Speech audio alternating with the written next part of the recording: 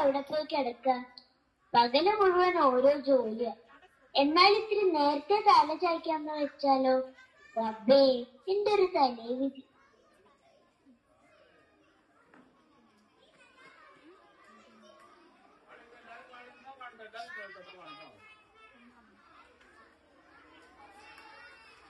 വാതിലൊക്കെ തുറന്നു മലത്തിയിട്ടിട്ടാണല്ലോ ഇവിളീ കിടന്നുറങ്ങുന്നത്.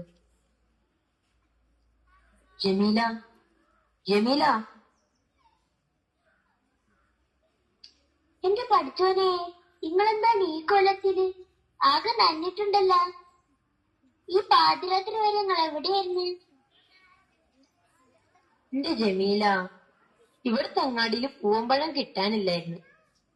ഞാൻ പുഴക്കക്കരെ പോയി പൂവമ്പഴം നോക്കി കൊറേ നടന്ന് തിരിച്ചു പോരാൻ നോക്കിയപ്പോഴേക്ക് തോണിക്കാരൻ പോയിരിക്കണ്.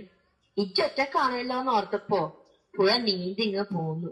നല്ല ഒഴുക്കുണ്ടായിരുന്നു. കൊറേ ബുദ്ധിമുട്ടി. പക്ഷേങ്കില് ഈ പൊതിയും നമ്മ പിടുത്തം വിട്ടില്ല. ദാ കഴിച്ചോളി. ഹായ്, പൂവമ്പഴം. ഇതെന്താ ഇത്? ഓറഞ്ച്. പൂവമ്പഴത്തേക്കാൾ നല്ലതാ. എനിക്ക് വേണ്ട. പാതിര വരെ എവിടെങ്ങാണ്ട് തെണ്ടി തന്നിട്ട് മനുഷ്യനെ നശിപ്പിച്ചിട്ട്. ജമീല, ഞാൻ പറഞ്ഞ സത്യ. പൂവമ്പഴം എവിടെയും കിട്ടാനില്ലായിരുന്നു. ഞാൻ കൊറേ തെരഞ്ഞതാ. വേണ്ട, എന്നോട് നോട പറയണ്ട. നിങ്ങൾക്ക് എന്നോട് ഒരു സ്നേഹവും ഇല്ല. പൊന്നും പണമൊന്നുമല്ലല്ലോ, 2 പഴം കൊണ്ടുവരാനല്ലേ ഞാൻ പറഞ്ഞോളൂ. അങ്ങനൊന്നും പറയല്ല ജമീല. നീ ഓറഞ്ച് കഴിക്കും. ഞാൻ കഷ്ടപ്പെട്ട് കൊണ്ടുവന്നല്ലേ. വേണ്ടാന്ന് പറഞ്ഞില്ലേ? നിങ്ങൾ കഷ്ടപ്പെട്ടെങ്കില് എവിടാന്ന് വെച്ചാ കൊണ്ടേ കൊടുത്തോളി.